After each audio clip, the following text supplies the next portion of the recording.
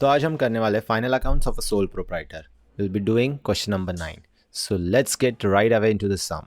Question को शुरू करने से पहले हमें ये चेक करना पड़ेगा कि ये एग्जैक्टली किसके बुक्स में बना रहे हैं। तो यहाँ पे देखो क्वेश्चन में क्या लिखा है, from the following trial balance of Shraddha enterprise you are required to prepare final accounts for the year ended 31 March 2019। तो अब यहाँ पे हमें इतना तो पता चलता है कि ये जो फाइनल अकाउंट्स है ये हमें बनाना है in the books of Shraddha enterprises. अच्छा, जब भी फाइनल अकाउंट्स का सम होता है ना, there are some mandatory items जो हमें रिकॉर्ड करने ही होते हैं।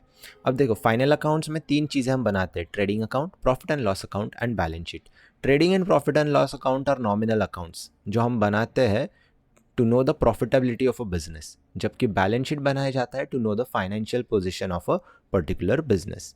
ओके, सो ट्रेडिंग अकाउंट के अंदर हम रिकॉर्ड करते हैं all those expenses which are related to production, which are directly related to production, and जो इनडायरेक्टली रिलेटेड होता है प्रोडक्शन से, जैसे कि office expense, admin expense, selling expense, administration expense या फिर फाइनेंस एक्सपेंस, ये सारे एक्सपेंसेस को हम रिकॉर्ड करते हैं प्रॉफिट एंड लॉस अकाउंट के डेबिट साइड में।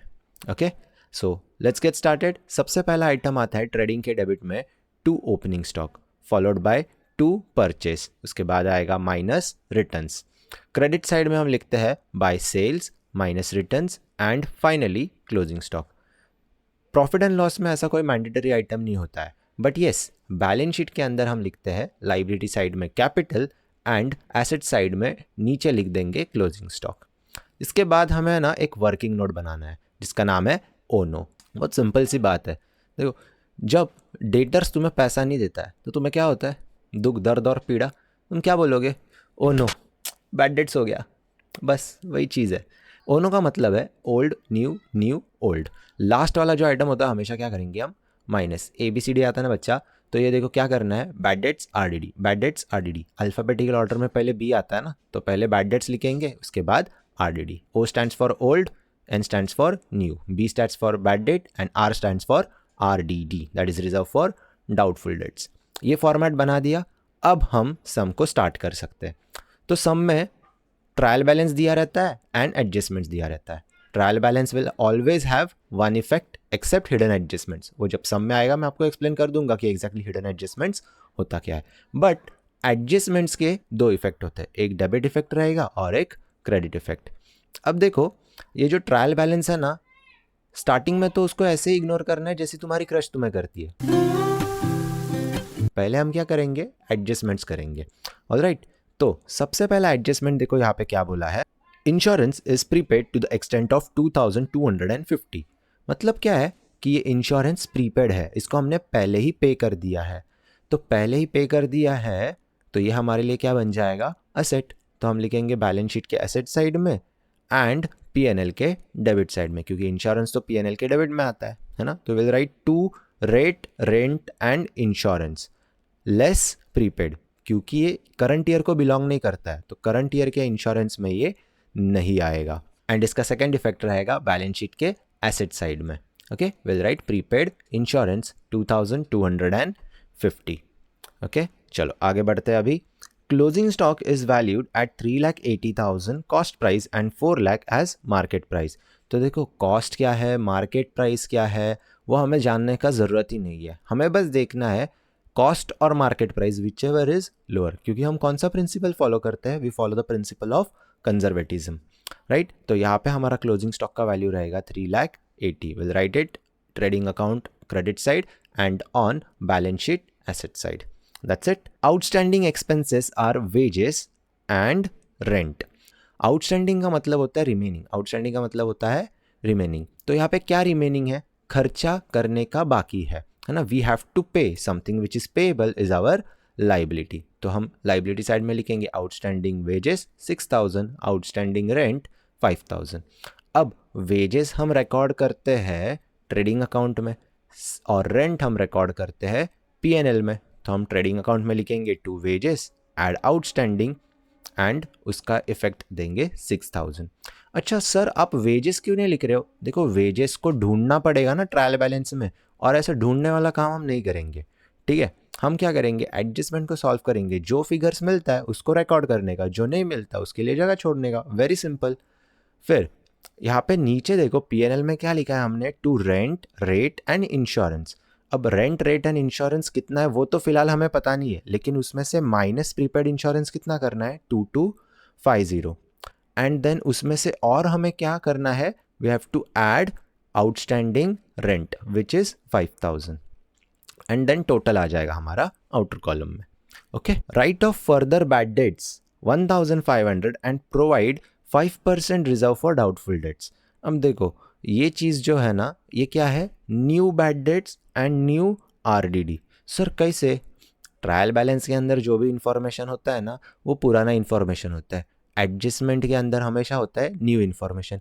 ये एडजस्टमेंट नीचे दिया है ना, एन फॉर नीचे, एन फॉर न्यू, ऐसा याद रखो, एकदम सिंपल है ना। एडजस्टमेंट नीचे है तो एडजस्टमेंट के अंदर का इन्फॉर्मेशन कौन सा इन्फॉर्मेशन है, न्यू। तो एडजस्टमेंट के अंदर जो भी बैड डेट्स है वो कौन सा बैड डेट्स रहेगा, न्यू बैड डेट्स। एडजस्टमेंट के अंदर अगर आरडीडी रहेगा कौन सा रहेगा, न्यू आरडीडी। बात खत्म, ठीक है। तो यहाँ पे क्या बोला है कि फर्दर बैड डेट्स 1500, तो हम लिख देंगे न्यू बैड डेट्स 1500, और आरडीडी कितना बोला, 5%। अरे नहीं लिख सकते ना, क्योंकि डेटर्स कुछ तो रहेगा, ट्रायल बैलेंस के अंदर दिया रहता है, उसमें से पहले हमें न्यू बैड डेट्स को माइनस करना पड़ेगा, दैट इज 1500। फिर हमें जो अमाउंट मिलेगा उसके ऊपर हम क्या निकालेंगे, आरडीडी। सर ऐसा क्यों, पहले डेटर्स के ऊपर डायरेक्टली आरडीडी क्यों नहीं निकाल सकते? देखो एकदम सिंपल सा कंसेप्ट है, तुमको समझाता हूँ। डेटर्स का मतलब क्या है, कुछ लोग जिनसे हमें पैसा मिलने वाला है। अब बैड डेट्स का मतलब क्या है कि कोई डेटर कंगाल हो गया जिसके पास से अभी कभी भी हमें पैसा नहीं मिल सकता, इररिकवरेबल होता है अमाउंट। बैड डेट्स का मतलब होता है amount which is irrecoverable. And what is RDD, reserve for doubtful. गौर से सुनो, डाउटफुल। डाउटफुल का मतलब क्या है, हमें शक है ना, रिजर्व निकाल रहे फॉर डाउटफुल डेट्स। अच्छा, शक किसके ऊपर होएगा, जिसके पास पैसा रहेगा ना। ये भाई पहले ही कंगाल हो गया, इसने कंफर्म बोल दिया तुम्हारा पैसा डूब गया, तो इसके ऊपर थोड़ी रिजर्व निकालेंगे। तो रिजर्व किसके ऊपर निकालेंगे, जिनसे एक्चुअली हमें पैसा मिल सकता है। ओके, चलो मूविंग अहेड। अब यहाँ पे है ना, न्यू आरडीडी का हम सिर्फ क्या लिखेंगे, 5%। क्यों सर ऐसा? अरे डेटर का अमाउंट पता नहीं है ना, डेटर में से पहले हम क्या माइनस करना है, हमें बैड डेट्स। ओके, तो यहाँ पे बस ऐसा लिख के छोड़ देंगे। नीचे देखो क्या बोला है, depreciation on furniture and plant and machinery at 10% per annum and on freehold premises at 15% per annum. अच्छा, डेप्रिसिएशन का मतलब क्या होता है कि तुम्हारा एसेट का वैल्यू कम हो रहा है। एसेट का वैल्यू कम हो रहा है तो हम क्या करेंगे, एसेट में पहले एसेट का नाम लिखेंगे। क्या है हमारे एसेट का नाम, फर्नीचर। लेस क्या हो रहा है, डेप्रिसिएशन, कितना, 10%। ठीक है, उसके बाद उसी का सेकेंड इफेक्ट हम देंगे प्रॉफिट एंड लॉस अकाउंट के डेबिट साइड में। क्या लिखेंगे, टू डेप्रिसिएशन ऑन, नीचे क्या लिखेंगे, फर्नीचर, क्योंकि और भी चीज़ है ना। नेक्स्ट हम क्या लिखेंगे यहाँ पे, plant and machinery less depreciation 10%। इसका भी सेकेंड इफेक्ट कहाँ पे जाएगा, पीएनएल में। उसके बाद free hold premises less depreciation 15%, इसका भी इफेक्ट जाएगा पीएनएल के डेबिट साइड में। देखो हमारा सारा एडजस्टमेंट्स अभी ख़त्म हो गया है। नेक्स्ट चीज़ हमें क्या करना है, तो हम जाएंगे ट्रायल बैलेंस में। ट्रायल बैलेंस में सबसे पहला आइटम क्या दिखता है, ओपनिंग स्टॉक विच इज़ 2,40,000। तो ओपनिंग स्टॉक लिख देंगे 2,40,000। परचेसेस 8,50,000, परचेसेस के सामने इनर कॉलम में लिखेंगे 8,50,000, क्योंकि शायद आगे जाके कुछ रिटर्न हो सकता है। ओके, सो नेक्स्ट क्या बोला है, return inward. What is return inward, जो हमने सामान बेचा है ना, वो फिर से हमारे पास रिटर्न आ गया, इनवर्ड आ रहा है, इट्स कमिंग इन। ओके, सो जो सेल्स है उसमें से हम क्या करेंगे, रिटर्न इनवर्ड्स को माइनस करेंगे। और हमेशा याद रखो, सेल्स क्रेडिट में होता है तो उसका रिटर्न्स हमेशा डेबिट साइड में रहेगा। तो देखो ट्रायल बैलेंस के डेबिट में दिया है ना ये रिटर्न इनवर्ड, तो इसलिए हमने क्या किया, सेल्स में से माइनस किया। सिमिलरली अगर रिटर्न आउटवर्ड रहेगा ना, तो 101% ट्रायल बैलेंस के क्रेडिट साइड में ही रहेगा, क्योंकि परचेस हमेशा क्या होता है, डेबिट, तो उसका रिटर्न्स क्या होगा, क्रेडिट। ओके, आगे बढ़ते हैं। बोला है वेजेस 29,000, तो हम लिखेंगे वेजेस 29। अब देखो उसमें ऐड करना है 6,000, तो आउटर कॉलम में फटाफट लिख देंगे 35,000। चलो आगे बढ़ते हैं। Power and fuel 21,800। अच्छा, पावर एंड फ्यूल, तो ये फ्यूल वगैरह सब कुछ कहाँ पे लगता है हमें, फैक्ट्री में, तो it is related to production, तो आएगा ट्रेडिंग अकाउंट में। To power and fuel 21,800। Next is travelling expense. So travelling expense कहाँ पे आएगा, प्रॉफिट एंड लॉस अकाउंट में, है ना, क्योंकि ट्रैवल कौन करता है, एक सेल्समैन करता है या कोई इंसान करता है, which is not really related to the production.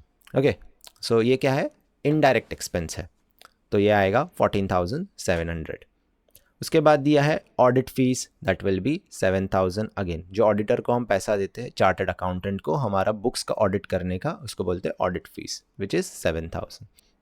All right, so next क्या दिया है अब यहाँ पे, रॉयल्टीज़। रॉयल्टीज़ बोला है 72,000। What is royalties exactly? Royalties का मतलब होता है किसी और का नाम यूज़ करने के लिए जब हम उसको पे करते हैं, तो दैट्स कॉल्ड रॉयल्टीज़। बेसिकली एक फ्रेंचाइजी का नाम यूज़ करने के लिए जो हम पैसा पे करते हैं उसको बोलते हैं रॉयल्टीज़।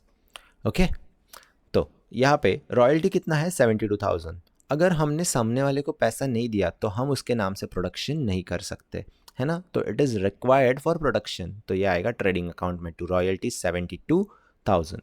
उसके बाद देखो क्या बोला है यहाँ पे, डिस्काउंट। तो डिस्काउंट ये क्या है, हमने डिस्काउंट दिया है। सर कैसे पता चला कि हमने ही दिया है?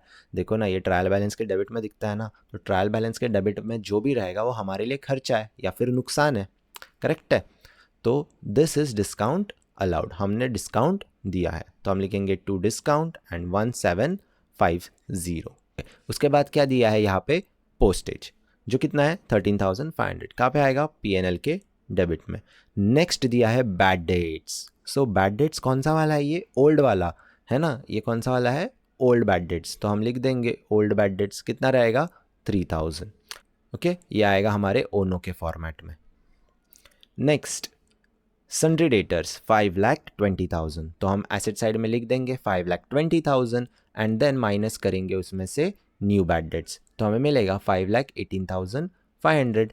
उसके बाद हमें क्या करना है, 5,18,500 का 5% निकालना है, that is 5,18,500 multiplied by 5 divided by 100, तो ये आता है 25,925, है ना, 25,925। इसको अगर हमने माइनस किया तो हमें मिलता है आउटर कॉलम में 4,92,575 रुपीज़। ओके, नेक्स्ट क्या है, अभी इसका सेकेंड इफेक्ट देंगे हम, जो हमारा ओनो का फॉर्मेट है वर्किंग नोट में जो हम बनाते हैं, 25,925 न्यू आरडीडी के सामने लिख देंगे। ओके, नेक्स्ट क्या बोला है अभी, फर्नीचर 1,20,000, तो फर्नीचर के सामने लिख देंगे। डेप्रिसिएशन 10% निकालना बहुत इजी होता है, क्या करना है, जो लास्ट जीरो है उसको हटा दो, तो कितना बचेगा, 12,000। सो माइनस करो यहाँ पे 12,000, कितना आएगा, 10,08,000। नेक्स्ट हम क्या करेंगे, 12,000 का सेकेंड इफेक्ट लिखेंगे पीएनएल के डेबिट साइड में। अब नेक्स्ट दिया है प्लांट एंड मशीनरी, जिसका वैल्यू है 15 लाख, इसका भी 10% निकालना है, जो कि आएगा 1,50,000। माइनस करेंगे तो हमें मिलता है 13,50,000 एंड देन इसका सेकेंड इफेक्ट आएगा पीएनएल के डेबिट में 1,50,000। नेक्स्ट क्या दिया है अब यहाँ पे, free hold premises. So free hold premises 7,02,000, इसके ऊपर भी हम 15% कैलकुलेट करेंगे तो वी विल गेट 1,05,300, है ना, एंड माइनस करेंगे तो हमें मिल जाएगा 5,96,700। इसका भी सेकेंड इफेक्ट हम दे देंगे पीएनएल के डेबिट में, एंड फाइनली ये सब का टोटल करेंगे तो हमें मिल जाएगा 2,67,300। ओके, उसके बाद नेक्स्ट क्या दिया है हमें यहाँ पे, rent rate and insurance. So rent rate and insurance हम लिख देंगे 42,250, उसमें से 2,250 को माइनस करेंगे तो हमें मिल जाएगा 40,000 and then we will add 5,000, तो हमें मिल जाएगा आउटर कॉलम में 45,000। अब ट्रायल बैलेंस का क्रेडिट साइड को हम स्टार्ट करते हैं। सबसे पहला आइटम यहाँ पे दिखता है, that is capital which is 13 lakh, तो हम लिख देंगे कैपिटल 13 लाख इनर कॉलम में। Next is sundry creditors, creditors is also our liability, तो ये भी लिख देंगे लाइबिलिटी में 1,20,000, ये डायरेक्टली आउटर कॉलम में जाएगा, कोई भी एडजस्टमेंट नहीं है। Bills payable 60,000, again it's our liability, clearly बोला है पेएबल, फ्यूचर में पे करना है, खत्म। नेक्स्ट इज सेल्स, अब सेल्स क्या है, वो तो जाएगा ट्रेडिंग अकाउंट के क्रेडिट साइड में विच इज़ 25 लाख।